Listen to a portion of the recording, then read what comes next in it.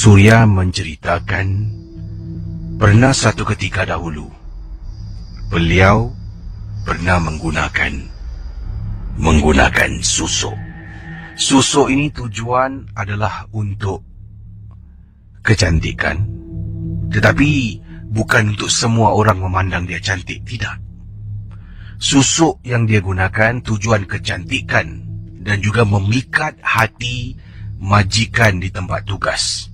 Jadi dia kerja di sebuah syarikat, ada bosnya, ada yang lelaki, ada yang perempuan, ya, ada supervisor, ada manager dan sebagainya.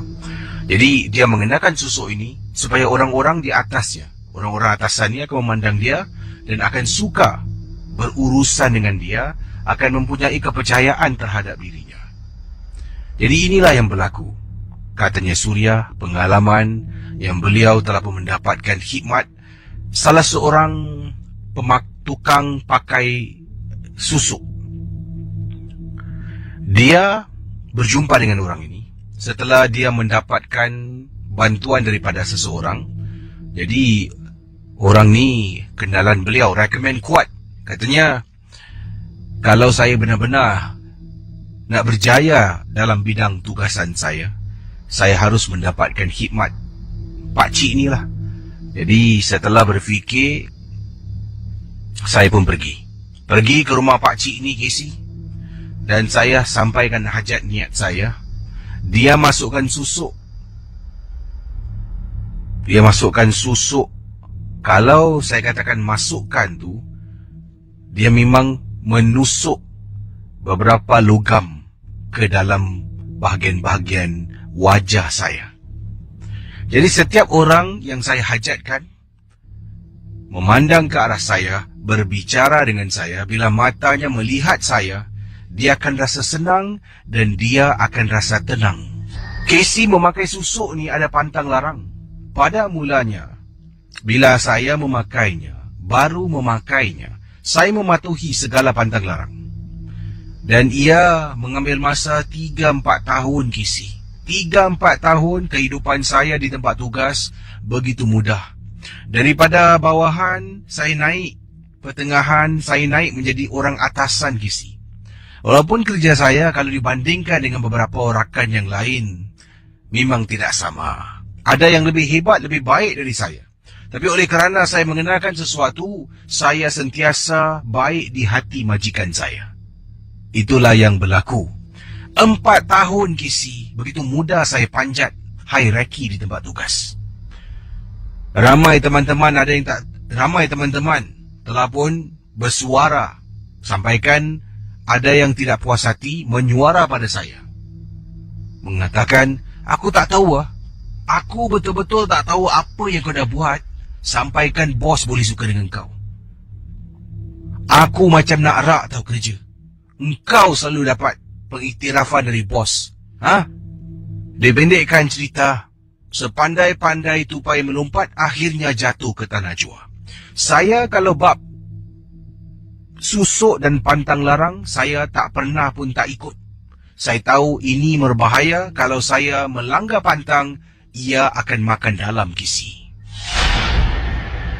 Jadi pendengar Ria 897 FM, daripada tahun pertama, kedua, ketiga, keempat, akhirnya pada tahun keempat, salah seorang daripada rakan setugas, dia ni budak baru lebih kurang setahun lebih bertugas, dan dia dapat mengesan yang saya ada menggunakan susuk.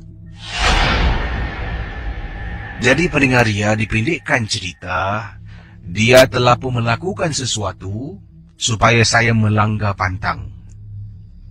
Dan memang benar, saya telah pun melanggar pantang.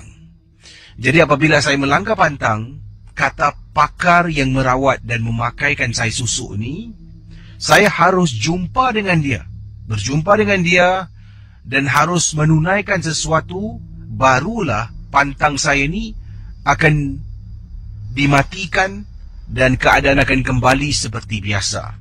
Jadi apakah yang patut Surya lakukan? Bayangkan dengar ya, Setelah saya melanggar pantang, saya jumpa dengan pakcik yang sama dan saya katakan, "Pakcik, saya..." "Tak perlu engkau cakap dengan aku. Aku tahu, engkau dah langgar pantang kan?" Tapi pakcik, bukan salah saya pakcik. Ada orang dapat tahu. Dia..." "Tak kisah, salah engkau ataupun bukan. Yang penting kau dah langgar pantang. Bila kau langgar pantang, habis, binasa nanti hidup kau." Jadi pakcik, apa yang boleh saya buat pakcik? Pakcik bilang saya lah, beritahu saya lah. Pakcik nak berapa duit? Saya kasih pakcik. Asalkan pantang saya ni dikembalikan macam biasa dan saya dah tak nak lagi lah buat kerja-kerja ni. Kenapa sekarang baru kau fikir kau tak nak? 4 tahun lalu bila kau jumpa dengan aku, kau nak sangat? Kau nak sangat kemudahan hidup di tempat kerja kau.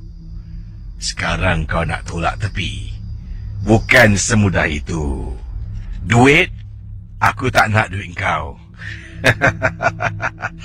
Duit aku boleh dapat bila-bila aku nak. Aku boleh jadi kaya sekelip mata. Duit bukan yang aku nak. Habis, apa yang boleh saya buat, cik? Apa yang pakcik nak saya buat? Aku nak kau tidur dengan aku. Apa? Saya tidur dengan pakcik? Pakcik dah melampau ni. Langkah mayat saya, pakcik. Saya takkan buat kerja keji. Kerja keji? 4 tahun yang lalu kau dah buat kerja keji ni. Sekarang kau nak cakap dengan aku kerja keji tidur dengan aku. Kisi bayangkan, saya disuruh pakcik yang memasang susuk dalam tubuh saya tidur dengan dia. Mana boleh, Kisi? Mana boleh? Saya ni masih lagi belum berumah tangga, masih lagi dara. Takkan nak pergi tidur dengan pakcik ni, Kisi. Tak boleh lah, saya tak boleh terima. Dan akhirnya saya terima padah. Saya terima akibatnya.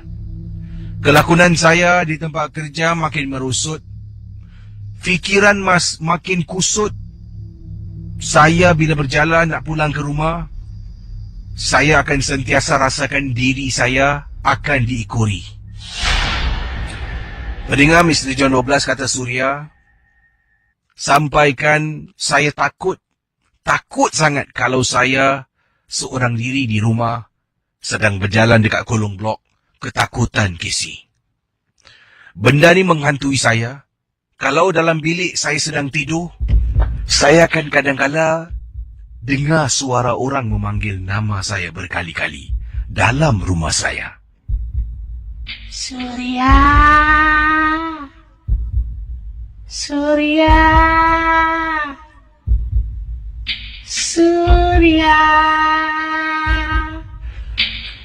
Pendengar Misteri Jam 12, sampaikan ada kala petang-petang hari di ofis ataupun di pejabat saya, di dalam rumah, kalau tengah duduk seorang diri, kalau ada orang datang dari belakang tepuk bahu ataupun panggil saya, Surya, saya akan terpekik histeria, ketakutan, Kisi.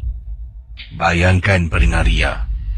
Jadi, gangguan ini bukan saja daripada gangguan secara fizikal yang saya nampak kelibat wanita hitam.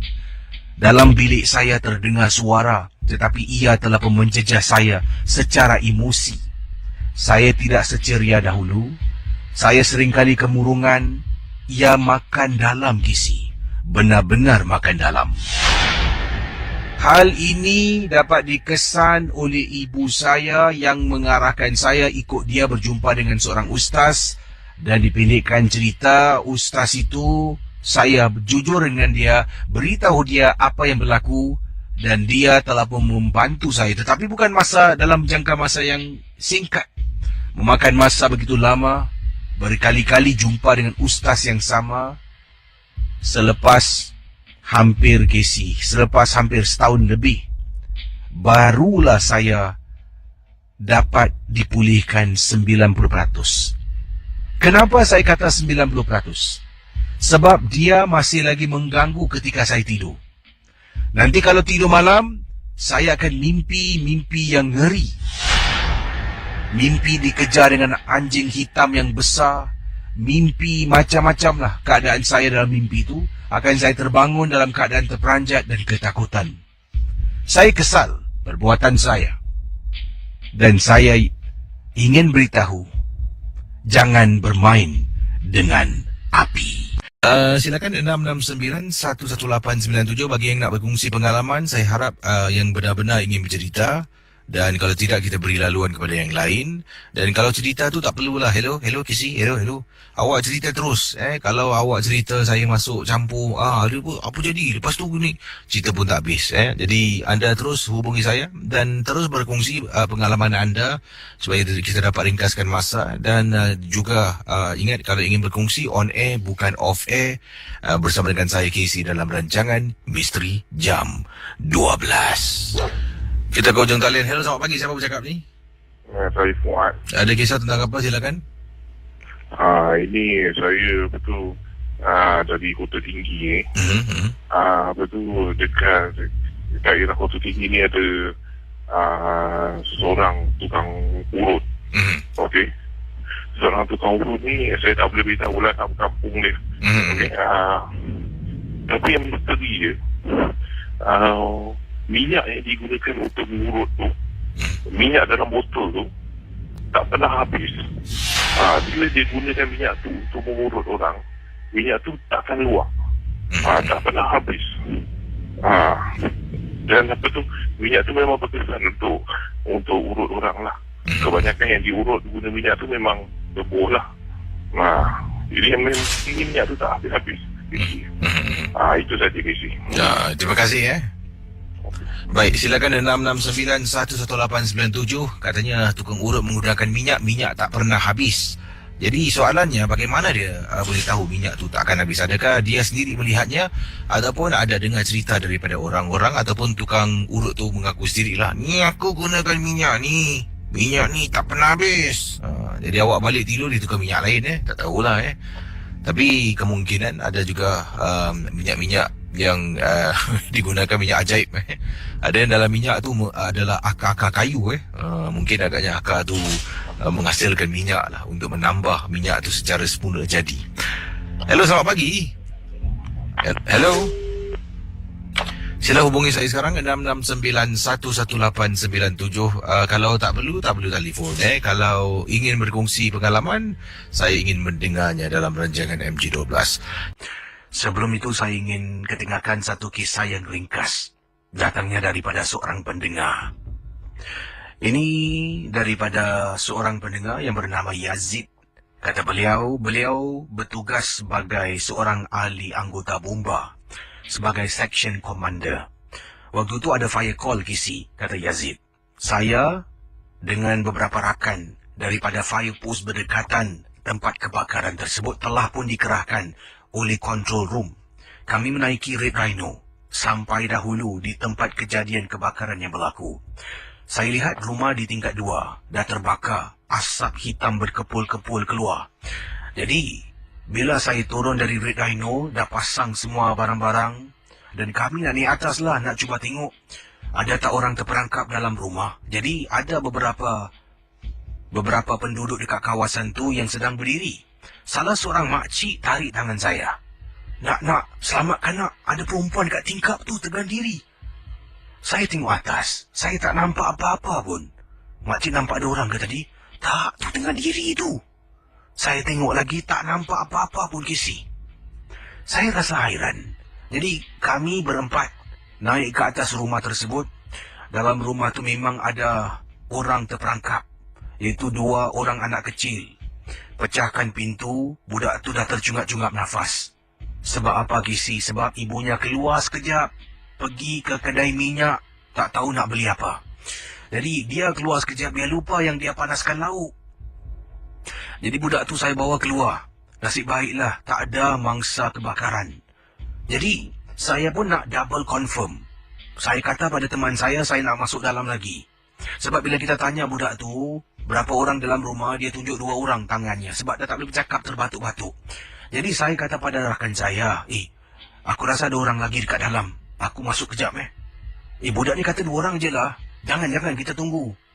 Tunggu kita punya officer datang. Jadi saya kata tak boleh. Saya pun pakailah saya punya mask, masuk ke dalam. Dah tak nampak kisi. Sebab asap tebal. Saya jalan meraba-raba, keluarkan lampu. Saya suluh dekat kawasan. Kemudian api dah makin berat. Saya dah tak tahan. Bila saya pusing nak keluar, kata Yazid, terperanjat kisi tengah-tengah asap. Saya ni dengan mask. Budak perempuan sedang berdiri dekat pintu, antara pintu bilik dengan ruang tamu. Tengah-tengah pintu sedang berdiri. Saya keluar, saya kata pada kawan saya, dalam ada orang. Masuk balik, officer pun dah sampai. Masuk kisi, padamkan api, tengok tak ada pun. Tak ada mangsa kebakaran. Teman saya tanya, kau okey tak? Kau nampak apa tadi? Aku tak tahu lah. Kisi dan pendengar Ria 897, Yazid kata, sampai Kisi balik ke fire post, kawan saya tanya, kau nampak apa? Saya ceritakan, makcik tadi beritahu ada orang, jadi saya yakin dalam rumah ada orang sampai saya nampak budak tu berdiri. Walhal dalam rumah tu cuma ada 2 orang saja. Terima kasih Kisi kerana bacakan kiriman saya, dan saya nak ambil kesempatan ini untuk beritahu pada ibu-ibu, ayah-ayah, mungkin kakak dan abang. Kalau ada anak kecil dalam rumah, kalau nak keluar pergi kedai, tolonglah. Jangan tinggalkan mereka seorang diri. Kita tak tahu apa akan berlaku. Nasib baiklah Kisi, anak kakak tu dapat diselamatkan.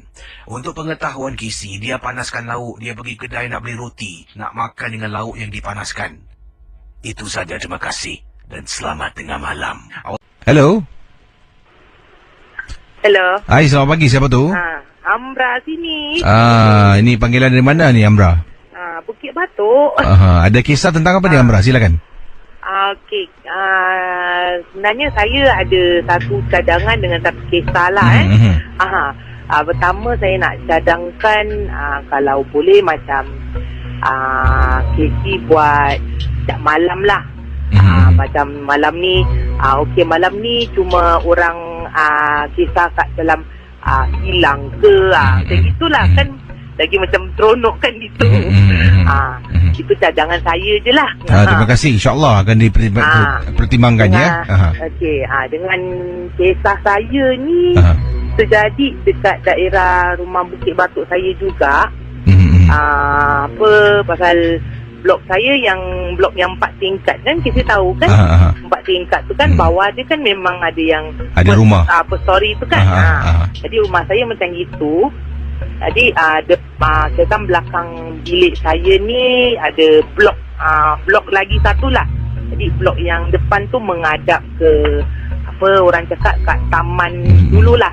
Diorang buat taman rekreasi gitu untuk macam orang exercise ke, ataupun macam macam family nak duduk-duduk sana lepas kita exercise kan. Diorang ada buat macam taman macam itulah. Jadi malam tu time tu saya belum kahwin. Jadi saya tidur dengan adik saya. Jadi kita ada katil yang 2 tingkat tu kan. Jadi adik saya tidur kat atas, saya tidur kat bawah. Jadi malam tu saya tak boleh nak tidur. Tengoklah tingkap kat belakang bilik saya ni. Tengok. Lepas tu saya panggil adik saya, cakap, Dek, kau nampak tak ada perempuan duduk diam? Dia tahu aku dah diri kat sini dah setengah jam. Dia pun duduk situ setengah jam diam aja. Macam tak bergerak tau, Casey tau. Tapi macam kalau macam kat bus stop pasal dia duduk kat daerah bus stop tu. Jadi kalau macam ada kenderaan lalu, kalau kita lah manusia duduk, mesti cahaya lampu kenderaan tu kena kat kita kan. Ini cahaya lampu tu macam tak lut dekat dia tau, Casey. Macam kenderaan tu macam lalu gitu je tau. Habis saya panggil adik saya. Habis adik saya cakap, aku pun nampak, dia cakap. Lepas tu adik saya cakap, dia dah duduk situ berapa lama? Lepas tu dia cakap, semenjak dah tadi lah aku rasa dah setengah jam saya cakap. Lepas tu dia cakap, dia tak gerak ke? Lepas tu saya cakap dengan adik, tak adik, dia duduk diam je gitu. Lepas tu saya tengok muka adik saya, adik saya tengok muka saya. Saya cakap, aku rasa baik kita tidur tu dah. Kita macam terfikir-fikir tau. Macam pasal time saya tengah tengok tu ada seorang lelaki lah kat situ tengah tunggu bas. Dia duduk betul-betul mana perempuan tu duduk. Jadi macam kalau kat situ ada orang, jadi dia nampak kan situ ada orang, mesti dia tak duduk kat situ kan.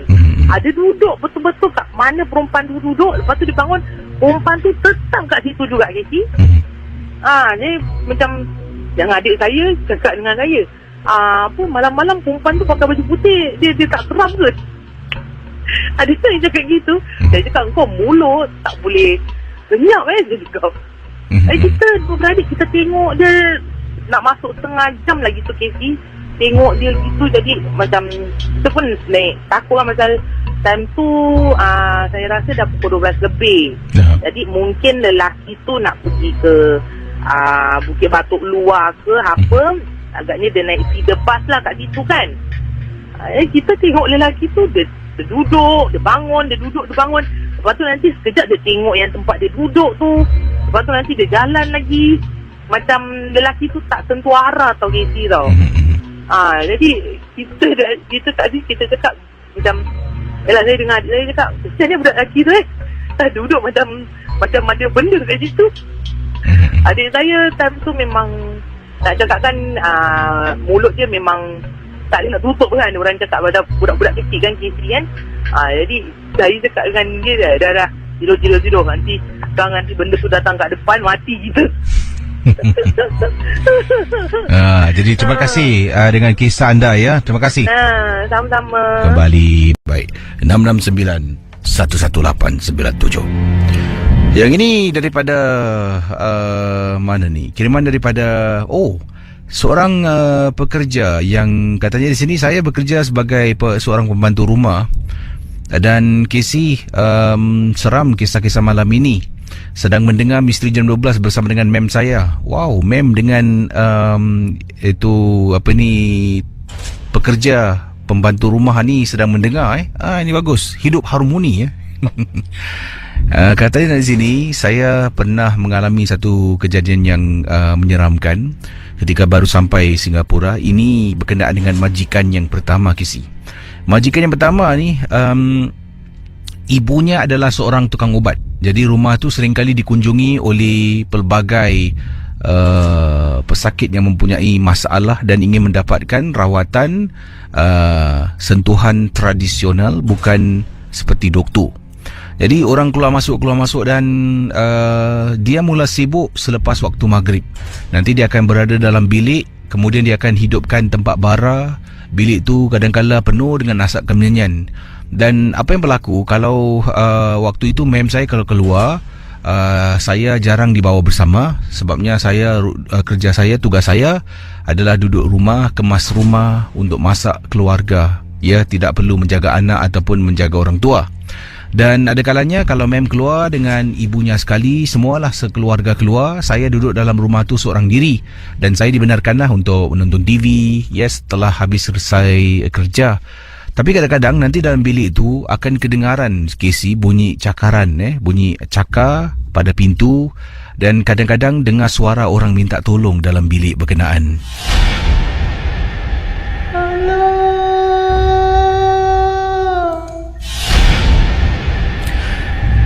Bukan sekali, malah dah banyak kali saya terkena gangguan.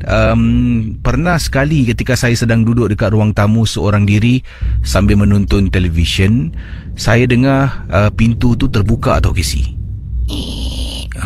Kemudian bila saya toleh, saya terperasan seperti ada tangan orang sedang memegang pintu itu kepada bilik yang digunakan untuk sesi perubatan. Memang takut. Saya hanya kekal di sana selama lebih kurang setahun sebelum saya mendapat tuan ataupun majikan yang baru. Sekarang ni memang saya suka sangat-sangat. Kita dah macam keluarga. Terima kasih kembali. Baik, kita akan teruskan dengan kiriman-kiriman yang lain. Kisah selanjutnya ingin saya sentuh, ini tentang seorang ibu. Perbuatan ibunya akhirnya diketahui oleh anak. Jadi apakah perbuatan ibu yang diketahui oleh anak? Apakah yang dilakukan oleh ibunya? Pendengar Ria 897, inilah kisah yang ingin saya ketengahkan dalam rancangan MJ12, Misteri Jam 12. Tapi ingatlah, setiap kisah hanya satu hiburan. Tidak ada sesiapa yang boleh mengesahkan kebenarannya. Nama yang digunakan dalam kiriman email ini namanya nama samaran daripada namanya apa ni? Oh, nama dia Kin, K-E-E-N. Kin berkongsi peristiwa pengalaman apabila beliau ketahui sesuatu yang dilakukan ibunya. Kita teruskan kisah dalam rancangan Misteri Jam 12. Apa kabar Casey dan juga pendengar Misteri Jam 12? Nama samaran saya Kin, bukan nama sebenar. Saya ingin bercerita sesuatu dan perkara ini adalah tentang ibu saya Casey. Sejak ayah saya meninggal dunia, kami, yaitu saya, ibu dengan 2 orang adik, hidup tidak menentu. Dikatakan oleh Kin, kami kais pagi makan pagi, kais petang makan petang. Sebab waktu itu ayahlah sumber pencarian. Tapi katanya bila ayah Kin meninggal dunia, Kin baru saja habis sekolah menengah di tingkatan 5. Tak dapat teruskan pelajaran sebab ibu dah tak boleh kerja. Jadi mengharapkan saya yang dewasa dalam rumah, saya mula bekerja sepenuh masa untuk menjara 2 adik saya yang masih lagi bersekolah. Pendengar Ria 897, hari demi hari bekerja balik malam untuk mencari sesuap nasi bukan senang Casey. Nak hidup yang tidak berbapa. Ibu saya ni pula lain. Kerjanya duduk di rumah. Dia ni merupakan pengamal perubatan. Tapi bukanlah yang macam Casey sangkakan. Dia tukang urut. Itu pun kalau orang datang nak urut, dia tak akan keluar. Dia suka duduk rumah. Jadi orang tu akan datang ke rumah. Ramai Casey datang untuk mendapatkan urutan ibu. Saya ingin pendekkan cerita saya. Jadi Casey dah tahulah sedikit sebanyak pengalaman keluarga saya dahulu, kata Kin. Apa yang ingin saya sentuh? Beberapa kali bila saya makan dengan ibu, saya akan ternampak jari-jari ibu ni seolah-olah macam cala bala, ada luka. Kadang-kalanya macam ada darah beku. Jadi saya tanya pada ibu, Bu, kenapa dengan tangan Bu? Cala bala, ada luka, ada juga kelihatan darah macam beku.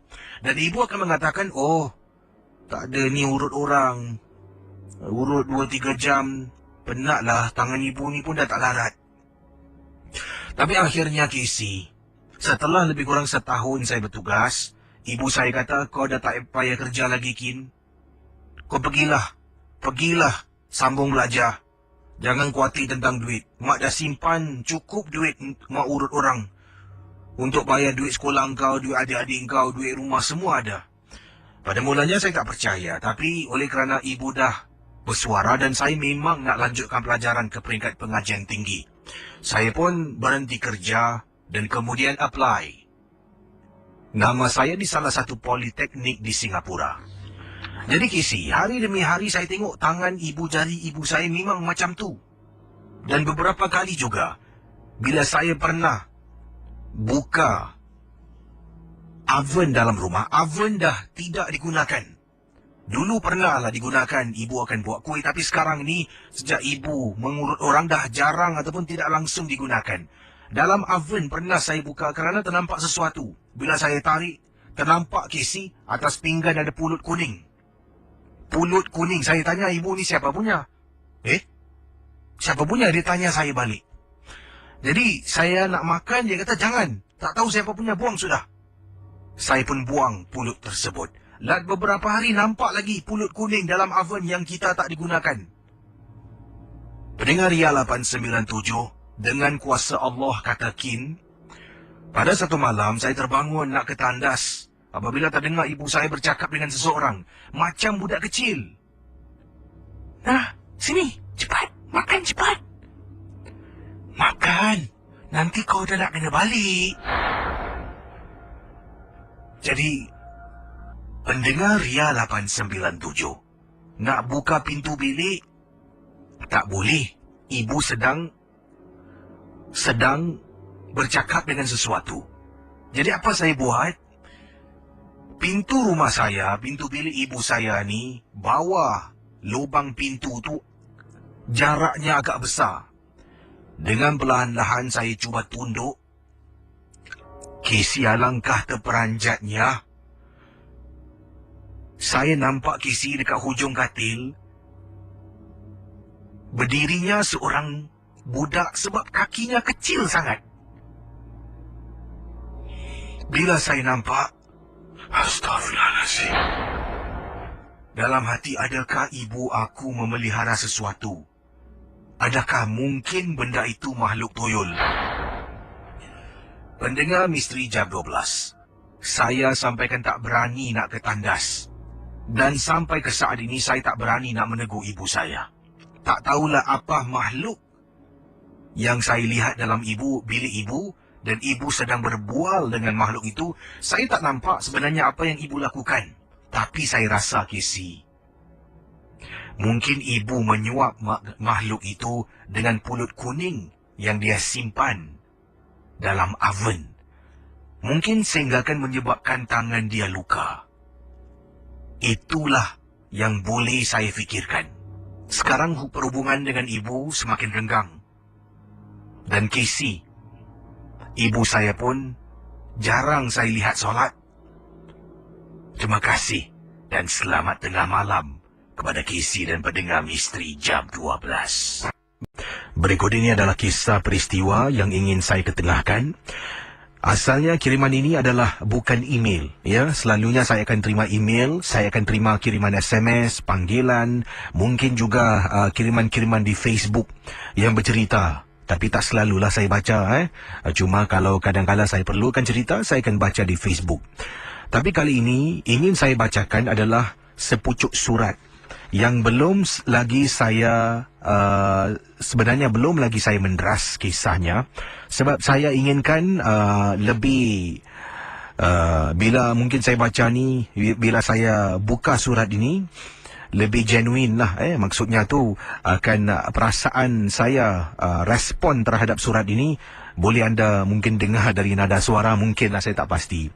Dan surat ini akan saya bacakan merupakan surat yang ditulis, bukan di type, yang ditulis, datangnya daripada seorang pendengar yang namanya tidak tertera di sini. Beliau ada beritahu namanya tempoh hari, tapi saya lupa. Tapi harap-haraplah beliau ada kirimkan namanya dalam surat yang dikirimkan untuk saya baca dalam kisah Misteri Jam 12. Saya akan buka surat ini sekejap, ya.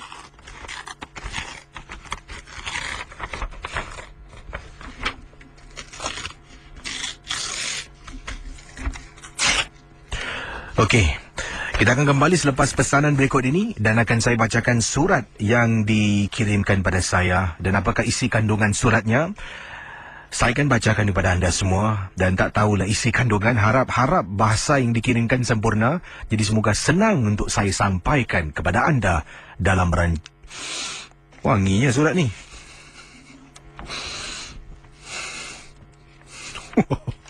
Ini wangi lain macam punya ni. Pendengar Ria 897, saya akan bacakan surat yang begitu wangi. Yang hairannya, bila saya pegang envelope pada surat ataupun sampul surat ini, tidak ada bau. Tapi bila saya buka surat ini, memang ada bau wangi sangat. Tapi entahlah, walau apapun, ingat rancangan ini hanya satu hiburan. Sebelum saya baca cerita, mungkin anda tertanya, kenapa Casey baca surat tu sekarang? Kenapa tak baca tadi? Sebab saya sekali lagi ingin beritahu anda, yang saya ingin reaksi saya ni setidak-tidaknya membawakan satu lagi erti. Dan ia ialah, kalau saya mungkin dah faham, dah baca, mungkin tidak ada thrill lah. Tapi inilah thrill yang ingin saya ketengahkan dalam Misteri Jam 12. Tak boleh buat selalu, sekali-sekala mungkin kalau saya mampu saya akan lakukannya seperti malam ini. Kehadapan DJ yang dihormati, Casey, surat ini kiriman daripada seorang pendengar yang bernama Neng Salmina. Apa kabar semua pendengar-pendengar Misteri Jam 12? Nama saya Neng Salmina. Saya ini adalah pengamal perubatan tradisional. Saya gunakan perubatan tradisional sebab beliau menggunakan satu perkataan yang mungkin berat untuk saya sebutkan. Katanya di sini saya akan sebut sekali saja. Beliau adalah seorang dukun. Saya ingin bercerita, berkongsi pengalaman peristiwa. Katanya Neng Salminah, ataupun saya guna nama ringkas Neng sudahlah ya. Kata Neng, amalan ilmu saya luas. Daripada pemakaian susuk, pemujaan, berdamping dengan makhluk-makhluk, menghantar barang-barang seperti ... dan sebagainya. Mohon maaf kalau saya tersekat-sekat sebab ini pertama kali saya membacakan surat ini, sebab ada perkataan yang harus saya tapis, jadi saya buat on the spot. Neng menceritakan, saya pernah membantu ramai penduduk-penduduk dari Singapura yang datang ke tempat saya untuk mendapatkan bantuan. Antara bantuan yang sering kali diminta adalah kekasih setia pada yang satu. Ini sering dilakukan oleh isteri-isteri yang takut suaminya bermain kayu tiga. Ada pula yang ingin mengambil merebut suami orang. Senang kerjanya, hanya memberi sebotol saja minyak. Minyak itu harus disapukan kepada orang yang dihajatkan. Dan orang itu akan setia ataupun akan gila bayang kepada seseorang itu. Selain dari itu, Kisi, Neng ingin berkongsi sesuatu. Selain dari minyak, ada juga wangi-wangian yang Neng berikan kepada sang isteri dan juga Neng berikan kepada wanita-wanita yang datang untuk mendapat kasih seorang lelaki. Wangian ini akan dipakai. Ini tidak perlu ada sentuhan. Wangian ini akan dipakai sama seperti minyak wangi pada tubuh wanita yang disebutkan. Bila wanita itu memakai minyak wangi, lelaki yang dihajatkan harus disebut. Misal kata, dia ingin sangat memiliki jodoh dengan Mustafa. Jadi kena sebut nama Mustafa, bukan nama ayah, tetapi dikatakan di sini nama ibunya. Harus mendapat tahu nama ibu. Katakanlah nama ibunya Sharifah binti Abdullah. Jadi dia sembuh penyembur pewangi itu ke badannya, kemudian menyebut Mustafa anak kepada Sharifah binti Abdullah. Aku seru engkau, bila kau bau, teringatlah di kau pada diriku. Jadi ini lebih yang diminati oleh kaum-kaum wanita sebab tidak ada sentuhan. Bila si lelaki berkenaan terbau saja wangian tersebut, maka dengan senang dan mudah akan jatuh cinta. Tapi apa yang Neng sering kali nasihatkan kepada semua pelanggan-pelanggan saya, supaya jangan langgar pantang. Tapi Kisi, tak semua boleh ikut pantang. Tak semua. Pada mulanya nampak macam mudah. Lama-kelamaan, pantang itu akan makan diri sendiri. Neng ingin menceritakan sesuatu pada Kisi. Ada seorang pelanggan Neng yang datang ke tempat Neng, meminta bantuan. Kerana dia dah melanggar pantang. Dia ingin kelihatan cantik. Neng mengatakan pada dia, aku boleh buat kau cantik, tapi dengan syarat, 7 hari 7 malam engkau tidak boleh tengok cermin. Walau apa segi pujian yang kau dapat, jangan pandang cermin. Dia setuju. Tapi Kisi, masuk hari keempat kelima mungkin, setiap orang yang dia jumpa memujinya cantik lawa. Sampaikan dia tak sabar melihat wajahnya di cermin. Hari yang keempat atau 5, tak silap Neng, wanita tersebut memandang dan habis. Patahlah pantangnya, kemudian kembali. Casey nak tahu kenapa dia kembali? Sebab pantang dah patah ada makhluk ikut dia setiap kali dia keluar malam dari belakang. Makhluk itu tinggal sekarang ini nak dihalau keluar, tetapi pengerasnya memang berat. Saya akan hentikan surat ini di sini. Saya mungkin... Itulah setakat kisahnya di sini, anda faham. Ning Salminah yang kirimkan surat ini pada saya. Isi kandungan berikutnya saya rasa memang tidak sesuai untuk saya ketengahkan. Walau apapun kita harus ingat, rancangan MG12 hanya satu hiburan. Jangan mudah kita percaya, jangan terlampau taksub dan terikut-ikut. Itu harus kita ingat. Ingatlah, jangan sampai tersalah bawa. Saya akan kembali selepas pesanan-pesanan berikut ini. Jangan ke mana-mana. Pendengar Ria 897 yang berada di Singapura, di Malaysia, di Brunei, di Batam, di mana sahaja anda berada. Saya mohon maaf, saya tak dapat bacakan kiriman surat. Konon-konon nak surprise. Saya pula yang kena kejutan di sini. Sebab apa? Saya di sini ingin beritahu anda bahawasanya niat kita, tujuan kita untuk berhibur, tidak lebih dari itu. Jadi kalau mungkin ada kisah-kisah yang serupa macam itu, janganlah kirimkan seperinci macam tadi itulah. Betul-betul minta perinci yang dikirimkan, cara-caranya, perbuatannya, apa yang patut dilakukan.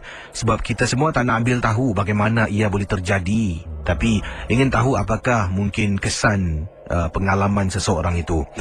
Saya dah pun campakkan surat itu ke dalam tong sampah ataupun bakul sampah di sebelah kiri. Dan saya takkan baca sebab saya tak naklah mempromosikan mana-mana hikmat ataupun sebagainya lah yang berkaitan dengannya. Baik, sekarang ini anda boleh hubungi saya. Minta maaf sekali lagi, saya mohon maaf sebab saya tak boleh ketengahkan. Ada benda-benda yang harus saya ikutlah. Ini on air punya peraturan yang harus saya ikut. Akur. Kalau tidak nanti besok masuk office. Baik, terima kasih dan harap maklum. Tapi sedikit sebanyak anda dah tahu isi kandungan kisah daripada Ning awal tadi. Dan kalau Ning sedang mendengar, terima kasih. Bukan saya tak nak baca. Masih wangi tangan saya. Hai, okey, 6691187. Meremang pula bulu rumah ni. Yang ini kiriman datang daripada Muhammad Alfian. Kata Muhammad Alfian, selamat tengah malam kepada pendengar Misteri Jam 12. Kisah yang saya nak ceritakan ini berlaku di blok rumah saya dekat kawasan Tampines. Hal ini ketika saya berada di di kolong blok. Sedang saya duduk sambil saya bermain handphone. Sebenarnya saya ni nak betulkan motosikal. Tapi sambil saya nak betulkan motosikal ni, saya tengah tunggu kawan-kawan, members yang lain untuk sampai. Jadi saya belum boleh mulakan kerja saya sebabnya barang-barang yang saya nak gunakan tu akan dibawa oleh members saya yang dalam perjalanan. Saya turun agak siang sedikit lah sebabnya saya perlu turunkan motor dari tempat letak kereta bertingkat langsung saja ke kolong blok rumah saya di kawasan Tampines.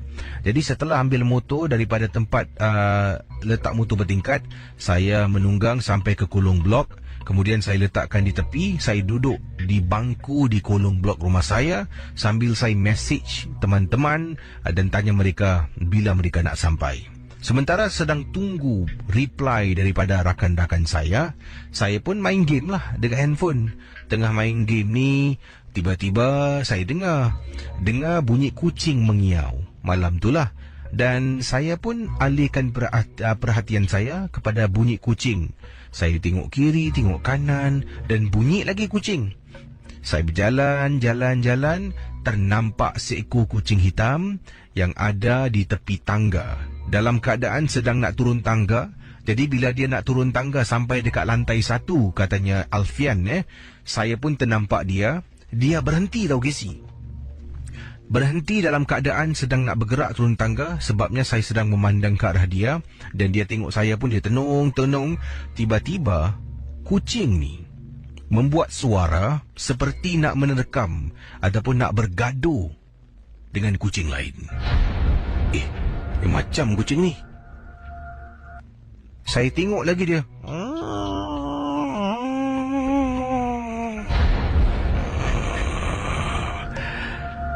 Oleh kerana saya takut, bukan takut kucing sih, takut keadaan pada malam tu. Mungkin kucing tu akan serang saya. Saya berjalan terus menuju ke arah bangku.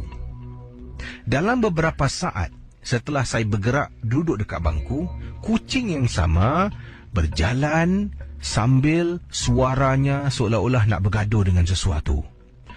Saya pada mulanya ingatkan kucing ni datang nak cari saya, Casey. Saya sampaikan henti daripada tengok handphone.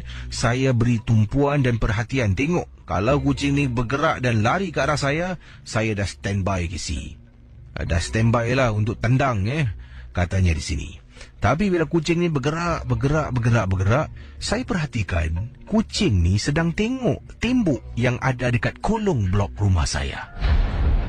Kucing ni sambil bergerak dan sambil tu ekornya naik tinggi dan suaranya seolah-olah nak menerkam sesuatu, dan wajah matanya memandang ke arah tembok, di mana bila saya berdiri, tembok tu berada di belakang saya pada mulanya. Tapi sekarang saya dah duduk dan saya dapat lihat kucing bergerak menuju ke arah tembok. Pendengar Misteri Jam 12, bila jarak kucing tu dengan tembok lebih kurang dalam 1 hingga 2 meter, kucing tu mula dalam posisi nak menerkam dan masih lagi bersuara dengan suara yang garang sangat-sangat. Pendengar Misteri Jam 12, saya perhatikan betul-betul dan tengok. Alangkah terperanjatnya, saya cuma nampak sekali saja. Bila saya sedang perhatikan kucing, saya tengok tembok. Tengok kucing, saya tengok tembok. Tiba-tiba angin tiup sekali lalu dan agak kuat. Apa yang saya nampak berikut ini membuat saya rasa terperanjat sangat-sangat. Bila angin tiup dengan kuat sekali lalu dekat kolong blok, kucing tu tengah mengiau nak menerkam sesuatu di sebalik tembok. Tiba-tiba saya nampak rambut hitam seperti berkibaran dan terus jatuh. Hanya sekelip mata perkara itu berlaku. Saya tertanya-tanya pada diri saya, adakah yang saya nampak ni benar-benar rambut hitam? Casey, di sebalik tembok tu dah tak nampak sebab saya duduk agak jauh daripada jarak angle bangku tu. Jadi nampak tembok tu dengan kucing. Bila saya pandang, angin tiup sekali lalu, rambut hitam, Casey.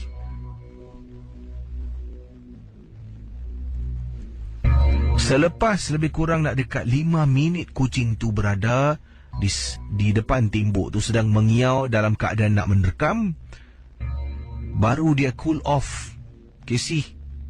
Dia pusing, dia bergerak dan tinggalkan kolong blok rumah saya. Saya akur tak nampak hantu lah, tapi saya nampak rambut hitam. Itu pun sekali lalu saja. Terima kasih dan selamat tengah malam. Wow. Kiriman selanjutnya ini daripada Umar berkongsi. Assalamualaikum Casey. Waalaikumsalam warahmatullahi ta'ala wabarakatuh. Nama saya Umar.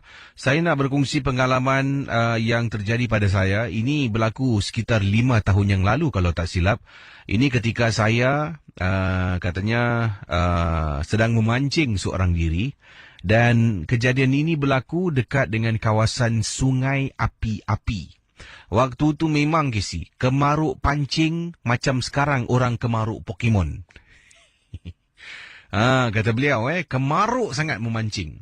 Jadi, walaupun saya ajak teman dan kalau kawan-kawan saya, ahli keluarga malas nak ikut, semua sibuk, saya akan pergi seorang diri. Begitu kemaruk pancing saya ni. Dan ketika kejadian ini berlaku, saya berada sekitar jam 5 lebih petang dekat kawasan sungai api-api. Jadi saya pun keluarkan joran, berjalan perlahan-lahan daripada tempat letak kereta menuju ke arah sungai yang disebutkan itu.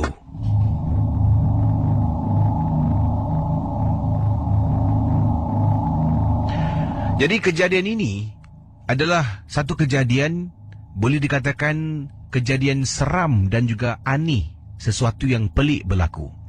Jam 5 lebih, saya pun dah mula memancing, Casey.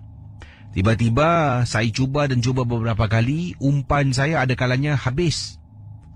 Ada kalanya umpan saya tak dimakan-makan. Saya rasa bosan pula. Rasanya macam nak jalan jauh sedikit lah. Mungkin mencari ikan dekat kawasan yang dia pancing tidak ada ikan. Tak apa. Sebelum buat keputusan selanjutnya, katanya di sini,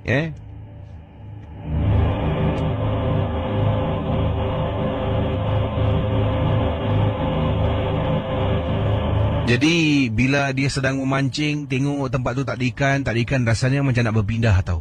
Berpindah tempat kata Umar, tapi oleh kerana dia tak kuasa dan malas, kerana kecewa tak dapat ikan ni, tiba-tiba sedang duduk tunggu masa, dia terperasan ada angin, ada air berkocak di hadapannya. Dia mengeluarkan lampu suluh, berjalan sampai dekat tepi tebing sungai itu. Sungai api-api. Dia suluh dekat permukaan air itu, nampak macam ada sesuatu. Bila saya tunggu dan tunggu, lama-lama saya dapat lihat dengan jelas sangat-sangat, iaitu seekor ikan yang betul-betul ada dekat tepi darat. Jadi saya pun semangat, rasa gairah kisi. Saya baru nak cekup ikan tu dengan tangan. Dalam hati ini, pakai joran, pakai umpan, tak kena gigit. Las-las dapat ikan depan mata, boleh angkat pakai tangan. Tengah suluh ikan tu, dia terlompat-lompat, sebabnya nampak sebelah. Bila dia lompat sekali lagi, terpusing kepada sebelah lagi tubuhnya. Alangkah terperanjatnya saya, Casey. Ikan tu sebelah tubuh ikan tu ada isi, penuh dengan isi. Sebelah bila dia terbalik, ikan tu seolah-olah tidak mempunyai isi. Ibarat nampak tulang ikan saja. Saya daripada nak cekup ikan tu terperanjat gisi. Tak jadi dan batalkan niat. Tapi saya masih memerhatikan. Ikan tu lompat-lompat beberapa kali, lompat-lompat lagi beberapa kali, sebelum ikan itu lenyap daripada pandangan saya. Dan yang menyeramkan, tempat tu lah Casey. Setelah ternampak ikan tu, saya pun kembali ke tempat saya letak joran. Sambil tu dalam hati bercakap, okey, aku kasih lagi 1 jam. Kalau tak dapat juga, aku balik. Tengah diri, punya diri, dah pun masuk waktu malam. Nak dekat waktu maghrib. Tengok waktu, alamak, ikan pun tak dapat. Baru nak berangkat, alangkah terperanjatnya dekat tebing sungai yang sama. Kelihatan seperti ada susuk tubuh. Bayangkan pendengar Ria 897 FM. Dekat tebing sungai, kelihatan seperti ada susuk tubuh yang sedang menyangkung dekat tepi sungai yang saya gunakan awal tadi untuk memancing. Benda yang saya nampak tu, adakah ia merupakan rakyat Singapura? Anda bayangkan pendengar Ria 897 FM. Jadi bila dia dah ternampak, Encik Omar dah ternampak benda tu dekat tepi, sedang menyangkung, mungkin sedang makan ikan. Saya pun dengan cepat mempercepatkan lagi langkah saya untuk ke kenderaan dan untuk pulang ke rumah. Dalam hati saya tertanya ni, kemungkinan ikan yang saya nampak sebelah ada isi, sebelah tak ada, itu adalah kerja makhluk itu, yang mungkin makan sebelah bila saya datang dia terbantut. Sebab itulah hanya nampak sebelah sahaja yang mempunyai isi. Amboi Cik Omar, sempat dia bergurau senda ya. Tapi itulah, berhati-hatilah kalau pergi tempat-tempat seperti yang disebutkan tadi, jauh daripada orang ramai, orang awam, ataupun sukar keluarga untuk hubungi anda. Ada baiknya bawa kawan, sebabnya kita pun tak tahu apa akan berlaku. Sekiranya berlaku sesuatu yang kurang baik, ada juga orang yang boleh membantu kita. Terima kasih. Berkenaan dengan satu kejadian yang berlaku di tempat kerja. Jadi kisahnya agak panjang, saya dah baca awal tadi dan dah memahami sedikit jalan ceritanya. Saya akan bacakan, tapi ni nak beri sedikit gambaran supaya dapat dipendekkan pengalaman yang dikirimkan kepada saya. Ini berkenaan dengan pengawal keselamatan yang bekerja. Jadi pada malam kejadian ini berlaku, ya, satu pengawal keselamatan ni berada di guard di bilik pengawal, iaitu di pintu keluar masuk bangunan. Di situ ada satu bilik kecil, di situlah seorang pengawal keselamatan bekerja, dan seorang lagi merupakan supervisor. Supervisor beliau bertugas di pejabat pengawal keselamatan ini. Pejabat ini terletak di dalam bangunan. Jadi pada malam tu agak sibuk sedikit sebabnya ada beberapa dokumen yang harus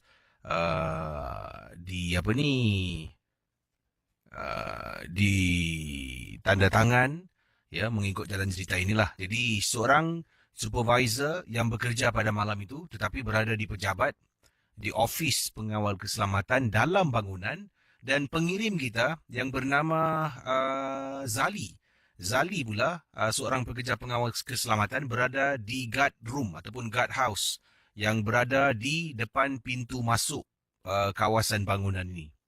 Jadi pada malam tu bos kepada Zali, supervisor kepada Zali sedang menantikan kehadiran menantikan kehadiran iaitu majikannya lah, yang di sini digunakan nama sebagai Jasmine. Jadi Jasmine ni pada malam tu kena datang ofis dan kena serahkan, kena ambil dokumen-dokumen yang dah ditandatangan, punch card yang dah pun disiapkan oleh supervisor, sebabnya nak uruskan gaji-gaji para pekerja.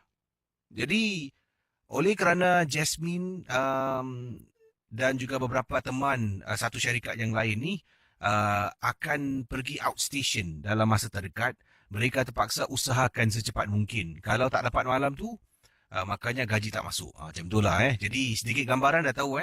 Satu dekat bawah, satu dekat dalam, ataupun lebih tepat lagi satu di luar bertugas, iaitu Zali berada di luar bangunan dan supervisor berada dalam, sedang menantikan kehadiran Jasmine untuk ambil borang-borang yang dah ditandatangan dan juga ambil punch card yang telah pun diserahkan. Jadi inilah kisahnya.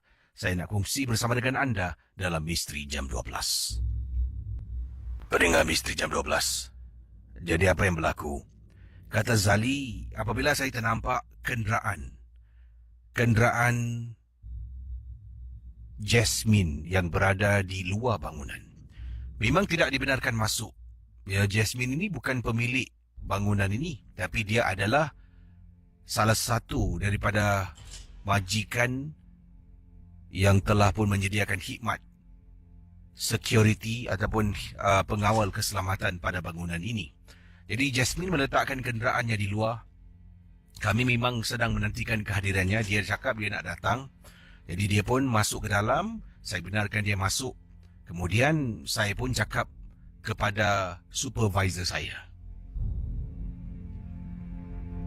Rahim, Encik Rahim, ni Jasmine dah sampai.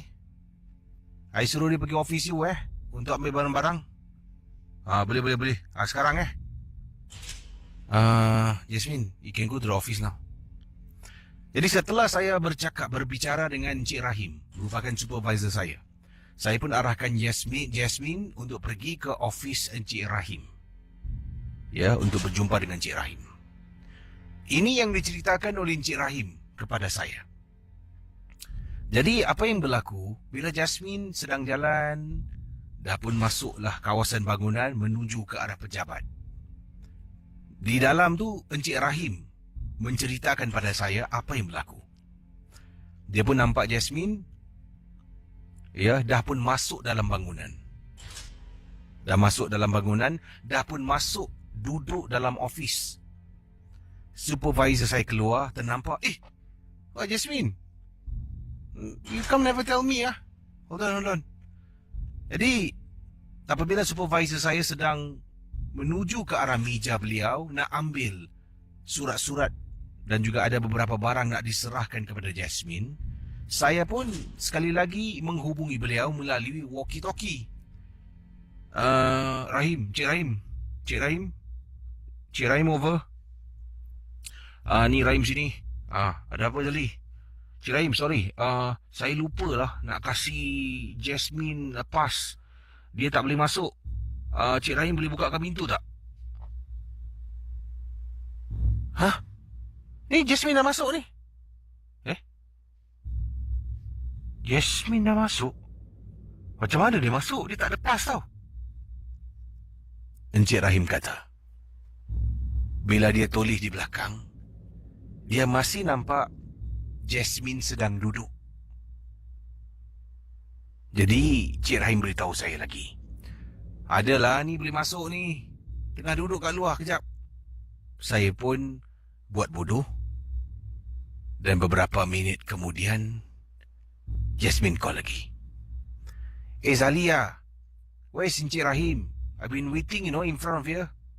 Kata Jasmine kepada saya melalui panggilan telefon. Cik Rahim, Jasmine belum masuk Cik Rahim, dia baru call saya lagi. Cik Rahim angkat walkie-talkie. Okey. Nanti aku buka. Kau tunggu kejap. Pergi depan buka pintu. Jasmine masuk. Serahkan segala dokumen. Serahkan segala punch card. Kemudian Jasmine keluar. Jasmine keluar bukan seorang diri bersama dengan Encik Rahim. Sampai depan, Jasmine naik kenderaan dan terus berlalu pergi. Cik Rahim beritahu saya, Tali, problem ah. Apa Cik Rahim? Apa? Tadi kan kau walkie aku kan? Kau cakap Jasmine tak ada pas. Aku nampak terus terang tau. Jasmine dalam office. Sama tengah duduk. Itulah aku bilang kau Jasmine dah masuk. Saya terperanjat bila mendengar penjelasan Encik Rahim. Sebenarnya Encik Rahim ada lagi beberapa kerja yang nak dihabiskan. Sebab itulah malam itu dia bekerja. Selalunya supervisor, dia hanya kerja waktu pagi petang. Malam tidak bertugas. Tapi malam tu, dia roster dirinya untuk bekerja sebab dia nak habiskan kerja-kerja yang tertunggak. Oleh kerana dah terkena gangguan, Encik Rahim katanya di sini terpaksa bersama dengan saya dekat luar. Sampailah ke pagi. Terima kasih. Satu lagi kisah ini yang ringkas saja, datangnya daripada pendengar kita bernama mana tadi kejap.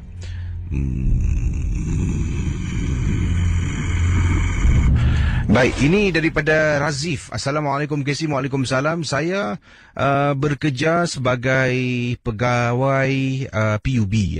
Saya akan pergi rumah ke rumah untuk periksalah meter pada gas ataupun meter pada air yang ada. Jadi satu kejadian ini berlaku. Ini pada waktu petang hari KC. Dia bukan malam, waktu petang.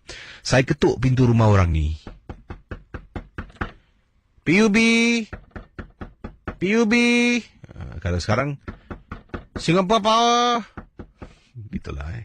Ketuk rumah ni, tak ada orang buka tau. Beberapa kali cuba ketuk, tidak ada orang menyaut. Dan kemudian saya nak pergi ke rumah yang lain lah. Apa yang terjadi, tiba-tiba saya ternampak tau, ada orang sedang menjenguk. Orang jenguk daripada pintu tu lah. Macam orang buka sikit, dia tengok. Kemudian saya patah balik lah. Saya ternampak orang tu. Excuse me, ma'am. Boom, dengar bunyi tutup pintu. Pelik. Saya pergi rumah orang tu lagi, ketuk lagi. Hello, PUB. Kemudian Casey, jiran sebelah ni keluar. Seorang warga Cina katanya, Encik, don't knock that house. Katanya, jangan ketuk pintu rumah tu. Rumah tu dah lama kosong, tak ada orang.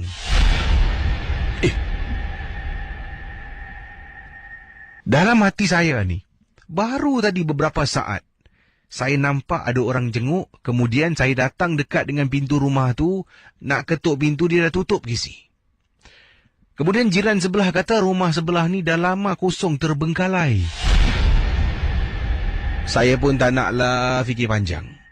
Saya jalankan tugas ke unit-unit rumah yang lain sebelum saya pulang ke rumah. Itulah pengalaman saya. Terima kasih dan selamat. Pukul 2 pagi.